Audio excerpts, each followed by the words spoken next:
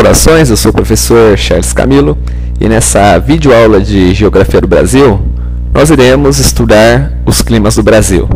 E nesta videoaula nós iremos abordar os seguintes aspectos. Primeiramente, nós faremos uma revisão sobre os seguintes conceitos de clima, massas de ar e frentes. Logo depois estudaremos as massas de ar que atuam no Brasil e que possivelmente influenciam no seu clima. Nós iremos estudar também os tipos de clima do Brasil, tal como as suas características. E para concluir a nossa aula, nós iremos estudar as áreas brasileiras com risco de desertificação. Eu desejo a todos uma boa aula e bons estudos. Nesse slide vamos à nossa conceituação.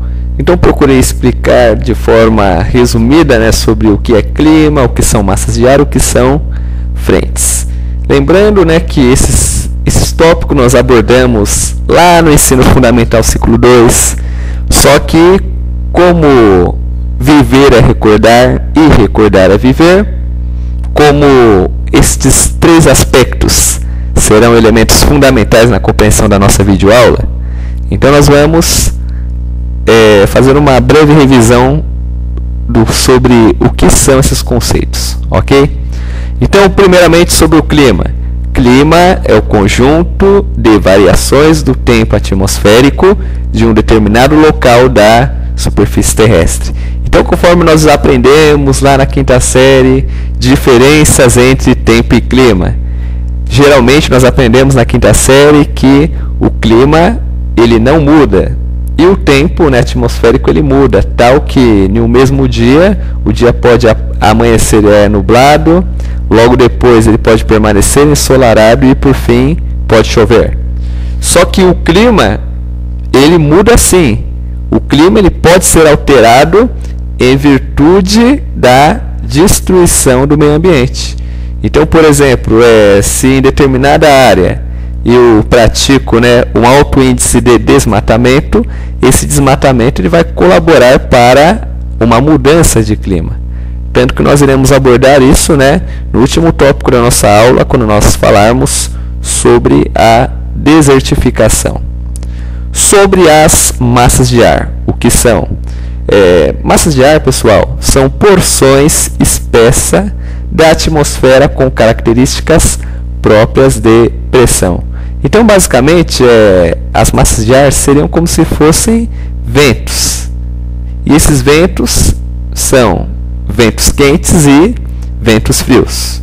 E, basicamente, trabalhando já esse processo de massas de ar, quando nós falamos de frentes, frentes seria o encontro de duas massas de ar de diferentes temperaturas.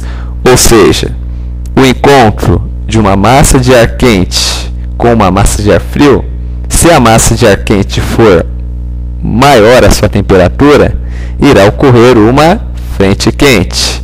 Se for o inverso, irá ocorrer uma frente fria, ok? Então agora vamos para o próximo slide, onde nós vamos entender, nós iremos estudar a respeito das massas de ar que atuam sobre o Brasil, tal como as suas características, ok? O clima brasileiro ele acaba sendo, de certa forma, influenciado pelas seguintes massas de ar.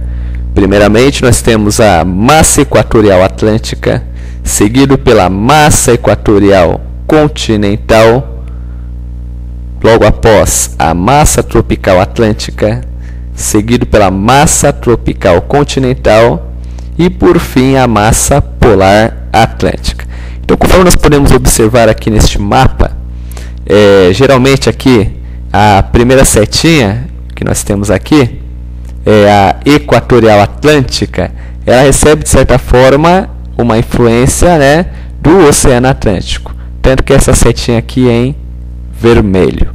Logo depois vem a equatorial continental, observando aqui, essa setinha aqui em laranja, seguido pela massa tropical atlântica, ou seja, influência do Oceano Atlântico, essa setinha aqui em verde. Aí logo depois entra a tropical continental, aqui é próxima em um verde um pouquinho mais escuro, se vocês observarem aqui. E para concluir, a massa polar atlântica, ou seja, vinda lá do Polo Sul, sentido Antártida, que essa aqui é em roxo, que ela vem aqui, ó, próximo ao sul, e ela é responsável pelo resfriamento das temperaturas, ok? E agora no próximo slide, nós vamos entender ali as características de cada massa de ar, ok? Continuando o assunto do slide anterior, sobre as características da massa equatorial atlântica. Ela é quente e úmida, e ela domina ali grande parte ali, né, da Amazônia e do Nordeste. Então, de certa forma, né, por ela receber a influência do Oceano Atlântico, ela domina ali a parte litorânea da Amazônia e da região nordestina. Logo depois entra em cena a massa equatorial continental. A massa equatorial continental ela tem também como característica ser quente e úmida. E basicamente com um centro de origem da parte ocidental da Amazônia. E ela domina a porção noroeste do território amazônico durante o ano todo. Logo depois vem a massa tropical atlântica, como o próprio termo já diz, ela ali tem a sua origem no Oceano Atlântico. E como característica, ela é quente e úmida. Então, geralmente, ela tem a sua origem no Oceano Atlântico, conforme eu já disse, ali nas imediações do Trópico de Capricórnio. E ela acaba, de certa forma, exercendo uma grande influência sobre a parte litorânea do Brasil, desde o Nordeste até o Sul. Então, ou seja, todo o litoral brasileiro, ele acaba, de certa forma, sendo envolvido pela massa tropical atlântica. Continuando a explicação, massas tropical continental.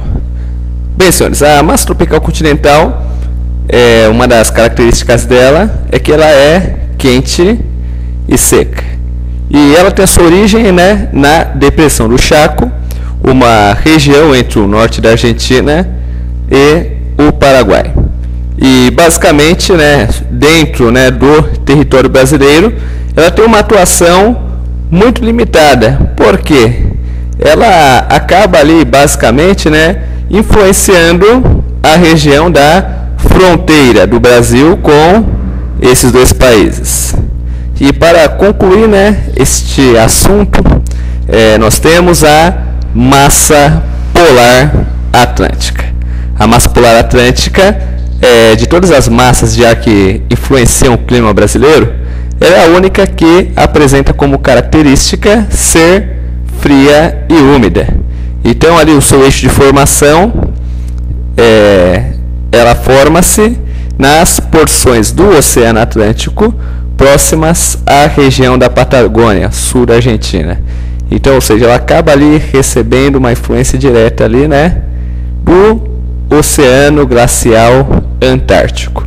E geralmente a massa de ar polar ela atua mais no inverno, quando penetra no Brasil como frente fria, provocando chuvas e o declínio da temperatura, ok? No próximo slide nós vamos falar sobre os tipos de climas do Brasil, que são influenciados, né, de acordo com as massas de ar que eu disse para vocês.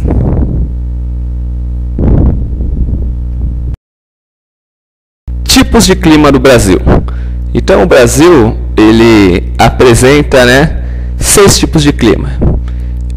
Dentre esses 6 climas, nós podemos citar o clima equatorial, que domina ali grande parte da região norte do Brasil, este aqui em rosa na legenda.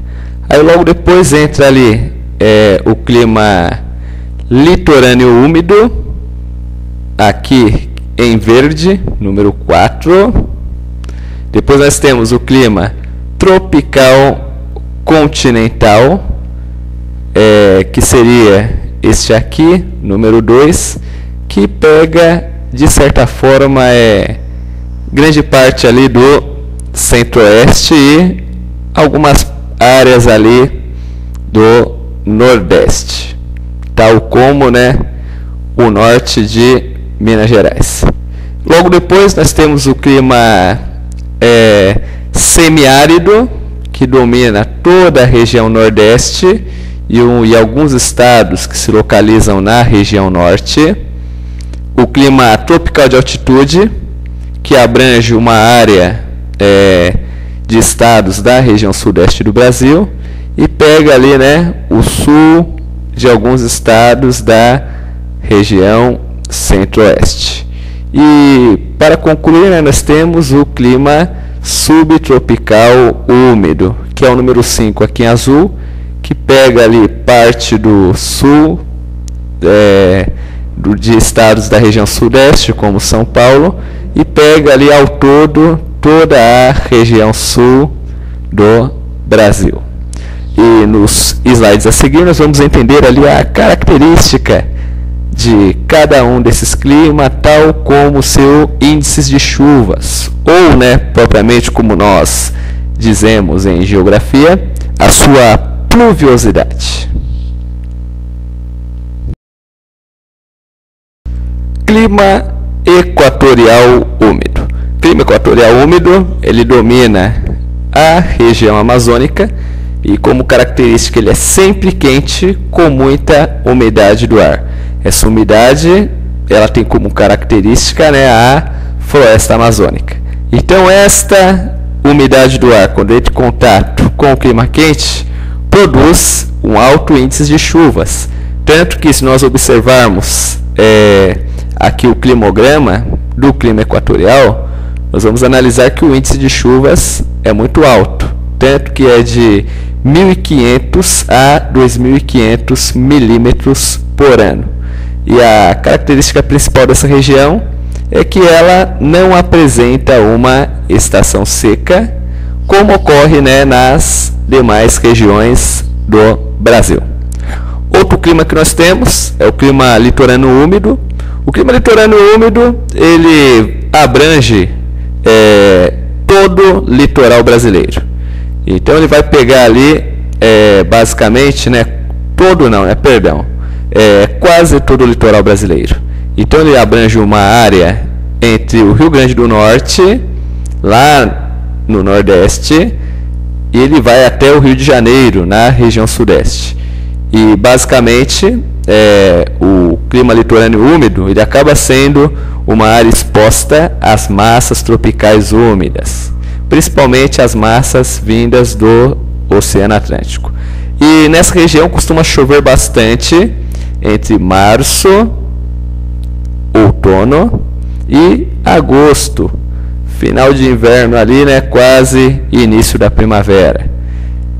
E o índice de pluviosidade nessa região nós podemos considerar alto, porque chove de 1.500 a 2.000 milímetros de água por ano. Tanto que nós podemos até observar aqui no climograma da cidade de Salvador, capital da Bahia.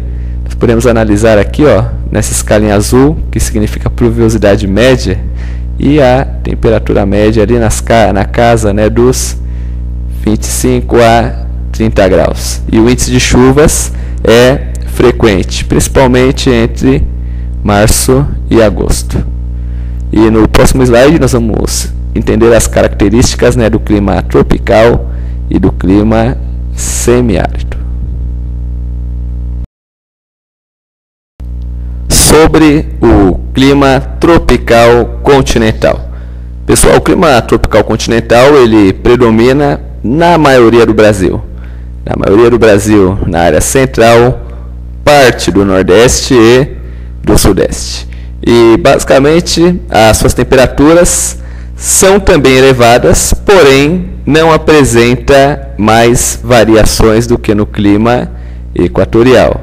Então, basicamente, a característica fundamental que acaba determinando o clima tropical continental é a seguinte, é que ela apresenta duas estações bem definidas. Uma chuvosa, que seria o verão, e outra seca, que seria o inverno. E se nós observarmos aqui, basicamente, analisando o climograma, no caso a cidade aqui que o climograma está retratando, o exemplo, é a cidade de Cuiabá, capital do estado do Mato Grosso. O índice de chuvas, ele acaba sendo, de certa forma, menor, por causa que a característica chuvosa do clima tropical continental, conforme eu já disse para vocês, é no verão. E daí, no entanto, né, as temperaturas médias também são temperaturas altas, né? Se nós levarmos em consideração, acaba atingindo a casa dos 24, 25, 26, 27 graus. O próximo clima que nós vamos entender um pouquinho é o clima tropical semiárido. Semiárido, ele domina o sertão nordestino. As médias térmicas são superiores a 24 graus. Então acaba acontecendo que o clima tropical semiárido é o clima mais quente do Brasil. E outra característica desse clima, que além de ser o clima mais quente, é o clima menos chuvoso. Então as chuvas ficam inferiores a 1000 milímetros por ano. Tanto que, se nós analisarmos aqui este climograma, que está retratando a cidade de Cabaceiras, no Pernambuco, nós analisamos aqui que a temperatura ela é altíssima, de certa forma, né? Acima dos 27 graus, e o índice de chuvas ele é quase escasso. Então, ou seja, as chuvas elas são inferiores a 1000 milímetros por ano, principalmente na região conhecida como Polígono das Secas, acaba, de certa forma, colaborando, né, para a questão da pobreza, a dependência em relação do poder público. Tudo isso é afetado em relação diretamente às questões climáticas, porque nós sabemos que a chuva, de certa forma, a precipitação é um recurso fundamental para a agricultura. E geralmente, quando não há chuvas, a produção de alimentos ela tende a diminuir. Então é por isso que um dos aspectos que acaba classificando a região nordestina como uma região problema para o país, uma região que depende muito da ajuda governamental, é essa questão das secas. Só que a situação tem invertido muito. O governo tem investido por meio de sistemas tecnológicos ali em sistemas de irrigação, construção de cisternas. E hoje, né, basicamente, a situação da população, né, houve uma significativa melhoria, mas há ainda muito a ser feito. No próximo slide, nós vamos falar sobre os climas tropical de altitude e subtropical.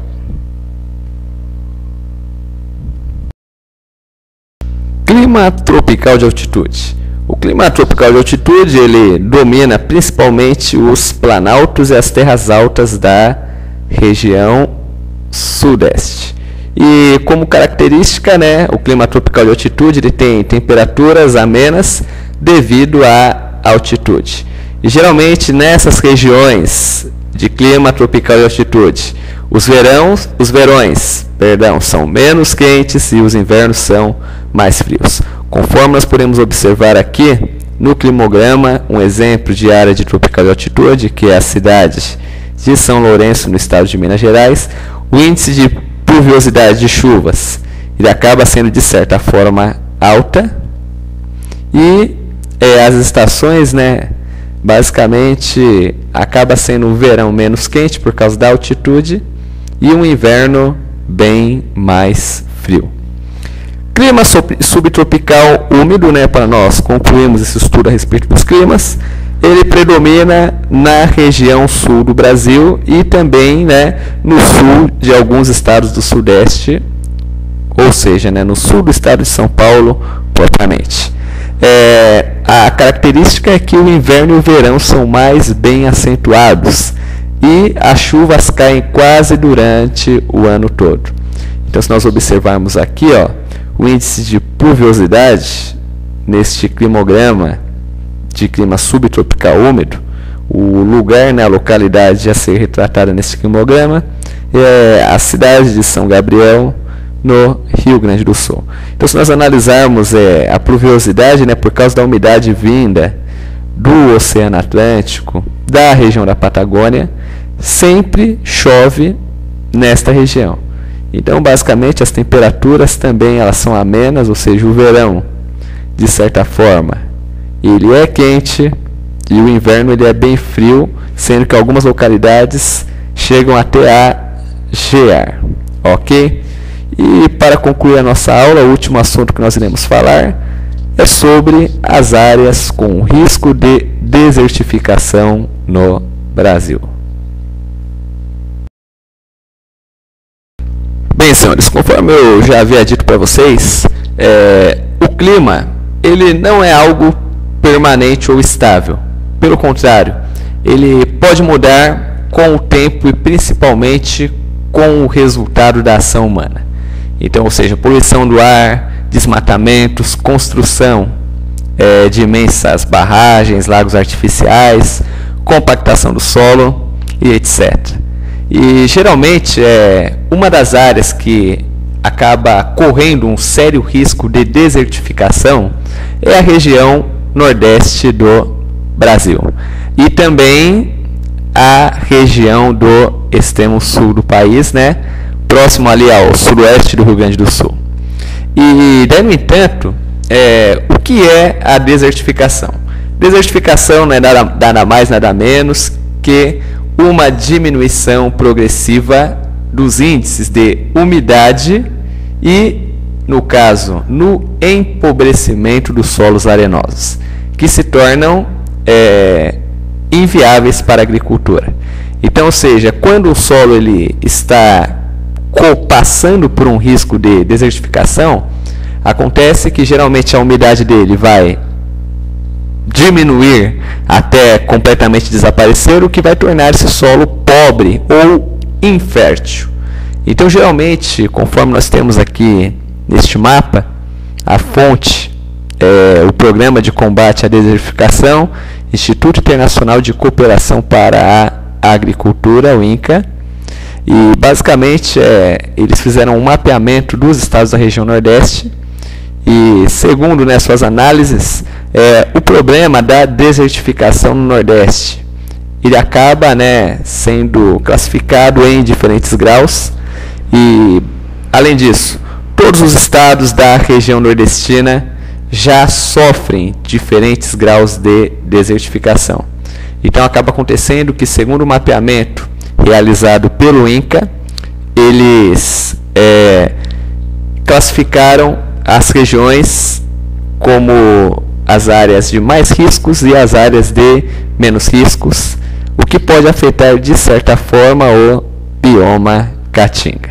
Então, as áreas que estão suscetíveis à desertificação. Então, pelo que nós temos aqui como informações, nós temos aqui as áreas semiáridas, em um laranja mais escuro, as áreas subúmidas secas, que estão em uma tonalidade salmão, seguido pelas áreas do entorno, que seriam essas aqui, uma cor mais clara. E segundo nessa análise, eles perceberam, né, que sobre as áreas afetadas pelos processos de desertificação, existem as áreas com uma escala moderada, em azul, as áreas mais graves, que correm o risco de se tornarem verdadeiros desertos, e as áreas muito graves, que já são até classificadas como desertos. Então, essa região, basicamente, listada no Nordeste brasileiro, é uma área com sério risco de se tornar o deserto. Então, o governo ele tem investido em projetos de infraestrutura, o governo ele tem ali adotado, de certa forma, maneiras, né, para solucionar esse problema. Algumas formas têm colaborado, outras nem um pouco, né? Então, o grande problema dessa região, no caso, são as medidas paliativas adotadas pelo governo federal, que eles criam medidas momentâneas para solucionar o problema. Então eles não desenvolvem um plano conjunto para ali, de certa maneira, solucionar o problema. Então entra governo, sai governo, eles criam projetos para a região nordestina, e um desses projetos, né, que acaba sendo de certa forma um projeto ousado, que seria a transposição do Rio São Francisco. Então nesse projeto eles pretenderiam desviar o curso do Rio São Francisco para áreas onde está inserida no polígono das secas, a fim de tornar férteis os solos dessa região. Mas esse projeto da transposição do Rio São Francisco tem gerado uma polêmica, porque o desvio do curso do rio pode, de certa forma, né, colaborar para a mortandade dos peixes, colaborar, né, para um desequilíbrio ambiental. Pessoal, por hoje eu encerro a nossa aula.